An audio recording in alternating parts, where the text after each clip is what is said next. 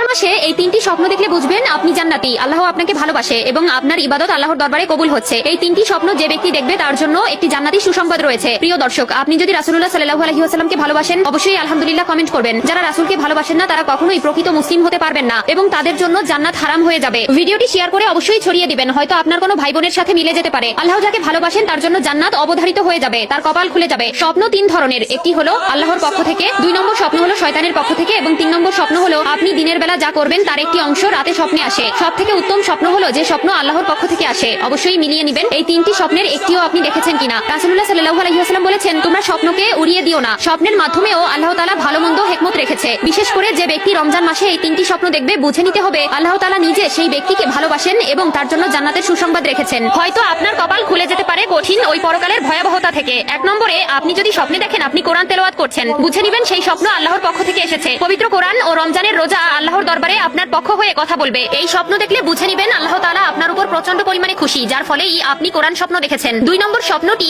একটু বেশি গুরুত্বপূর্ণ। স্বপ্নে যদি দেখেন আপনি গোসল করছেন তাহলে বুঝে নিবেন আল্লাহ তাআলা আপনার উপর খুশি আছেন। এই স্বপ্ন যে ব্যক্তি দেখবে বুঝে নিতে হবে তার শরীরে যত পাপ আছে, অন্যায় আছে, ধীরে ধীরে তা মুছে যাচ্ছে। আল্লাহ তাআলা তাকে ভালো আমলের জন্য কবুল করে নিয়েছে। প্রিয় দর্শক, অবশ্যই স্বপ্নকে অবহেলা করবেন না এবং যার তার কাছে স্বপ্নের ব্যাখ্যা জানতে চাইবেন না। মনে রাখবেন, স্বপ্নের ব্যাখ্যাকার আপনাকে যেভাবে স্বপ্নের ব্যাখ্যা দিবে আল্লাহ তাআলা আপনাকে সেভাবেই প্রতিদান দিবে। তাই অবশ্যই স্বপ্ন সবার কাছে বলা যাবে না।